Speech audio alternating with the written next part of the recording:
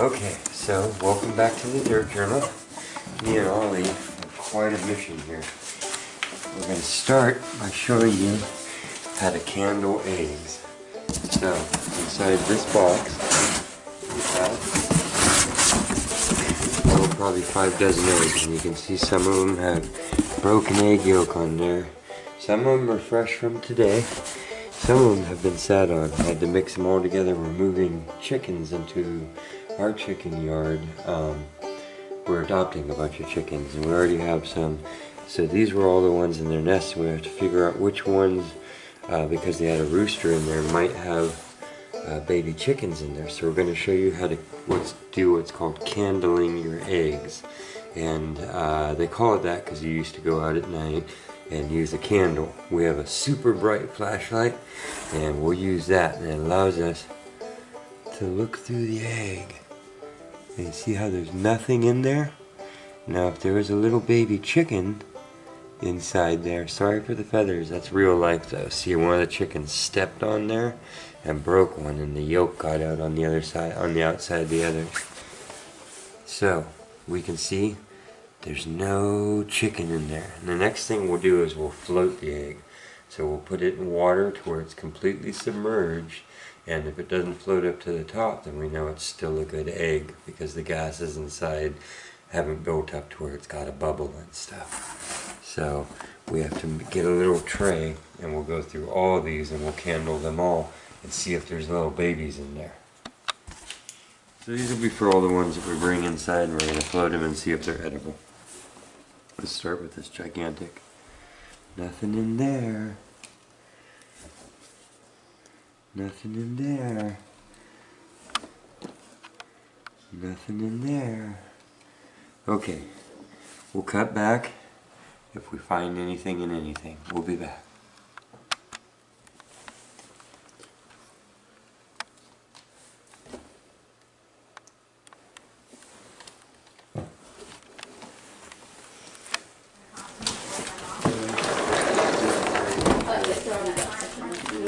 So this is the next part, and this is how you tell if your eggs are good enough, no matter what they do.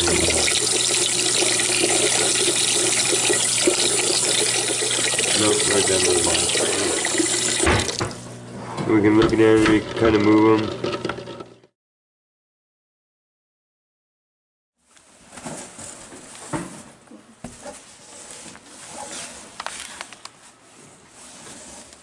Little treasures, huh? So you understand, one of those could probably keep you alive for a day.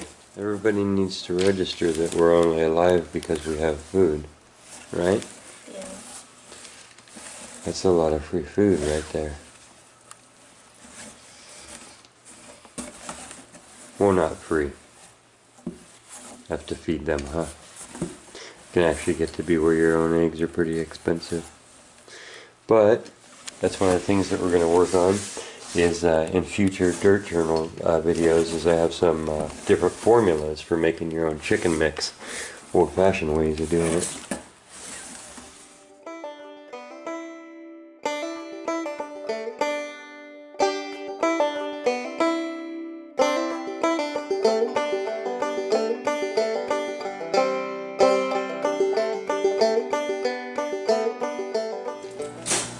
Okay. Ooh, let's go ahead and pop that one out of there. Anything that was obviously that you couldn't eat would float right up to the surface, but a couple of these are iffy. They have a little bobbing motion, so I'm pulling them out. The other thing this is good for is washing off any broken egg yolk or any poopy or straw or anything. So we're going to let them soak for a while, and then we'll rinse them all, and then we'll dry them, and we'll put them in some sort of container, because we sure don't have that many cartons, huh? Yeah. Okay.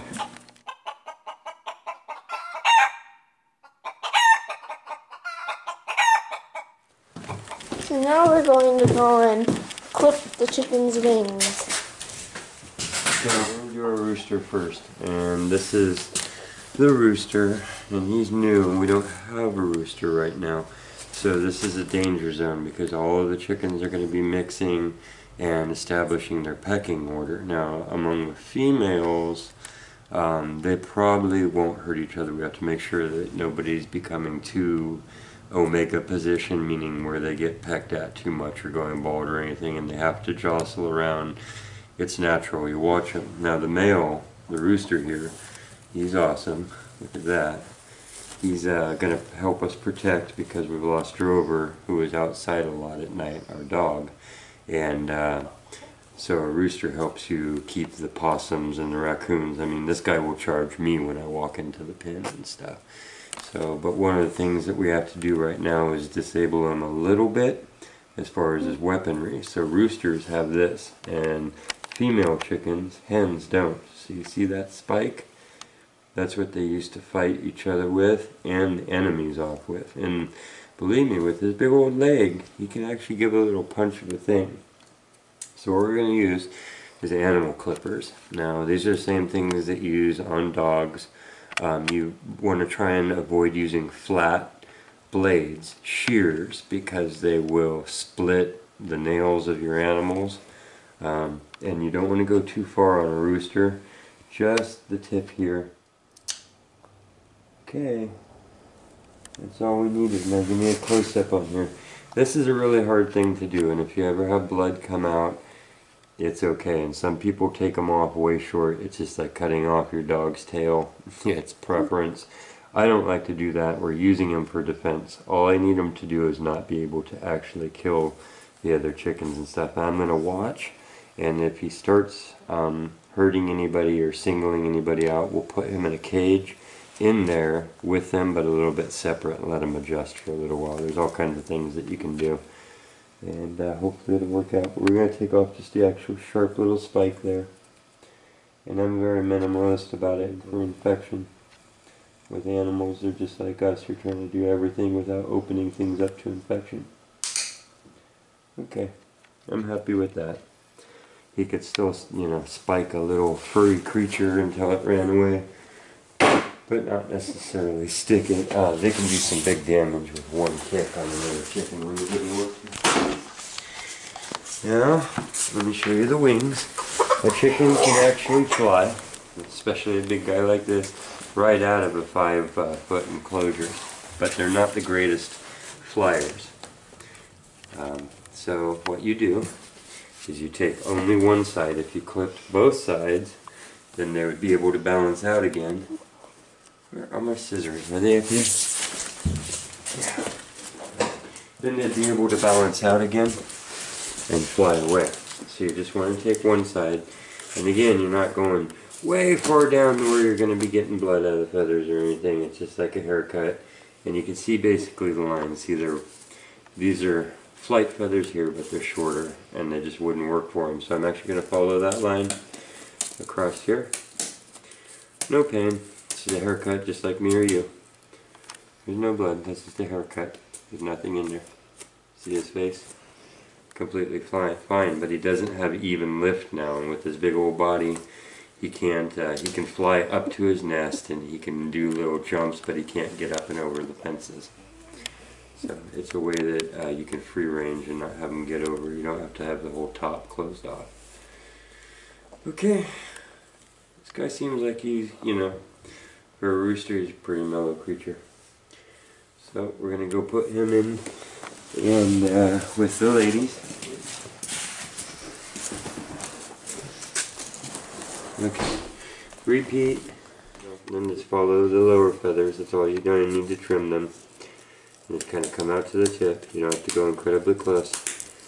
That's all you're doing. And when they're folded up, you can't see it. They don't notice because they don't walk around all the time with their wings unfolded or fly or anything. There's a breeder. Just because of her kind and the weight. She feels like she's full of eggs. Kind of has that look to her. I've had these in the past. I believe she's either a production layer or a light Rhode Island red. Okay. And that's the very last one. Did them all the same. There's 6 of them, and then the rooster with ours. Oh yeah, 5 or 6. Okay, we have a good even baker's dozen now. Well, They all actually went together in a little group. There's a couple standing off just naturally, but that's old and new all mingling together. And the rooster's just looking like a happy rooster, you can imagine. He's smart. He's like, wow, this is a good situation.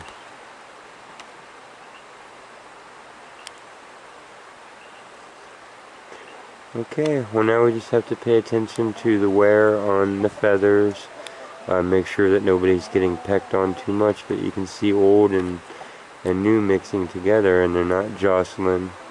You know, your resources, give them space, give them water, give them food, and they won't fight with each other. Just like people. If everybody had enough food, water, and space, it would probably be all good. Thank you for joining the Dirt Journal on this little one, and we'll see you next time. Hey, hope you liked the video. If you did, please hit the subscribe button below. Helps the quest for details grow. I appreciate the support.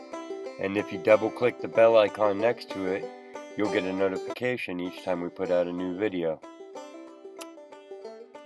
Don't forget that on the Quest for Details homepage, if you click on the videos, then it will take you to all of the videos that I've posted in the past. They're all still there saved, and there's quite a few of them and they grow every day.